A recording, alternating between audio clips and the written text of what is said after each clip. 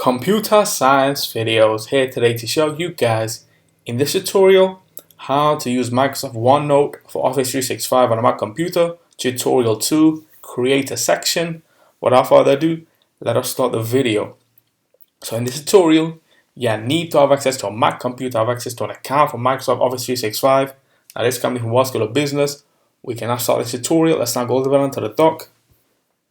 Go to Launchpad, go to the web browser, which is Google Chrome in this case. Now go to office.com. Make sure you are signed into the account. Go to the left hand side navigation menu, click on Applications, go to All Apps, scroll to the bottom, go to Explore all the applications.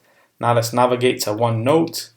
Once we have clicked on this, go to a recent OneNote notebook that we have created.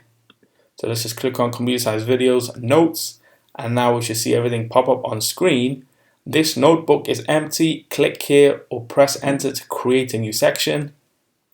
I've just clicked on this and now section name, enter a section name. Let's just enter a quick name. Social media, click on OK.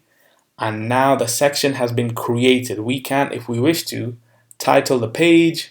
So let's just say videos, and the name changes to videos. We can see that today's date is Friday, the 9th of September 2022, 11:23 p.m.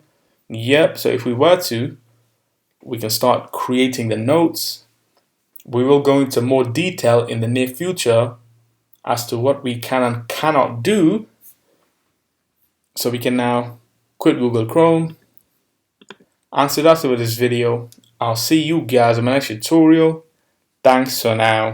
Thank you for making it towards the end of the video. Be sure to subscribe to my channel, Computer Science Videos. Be sure to check out the previous video on screen now, or you can ideally click on the playlist and watch all the journey for Computer Science Videos from the start until now.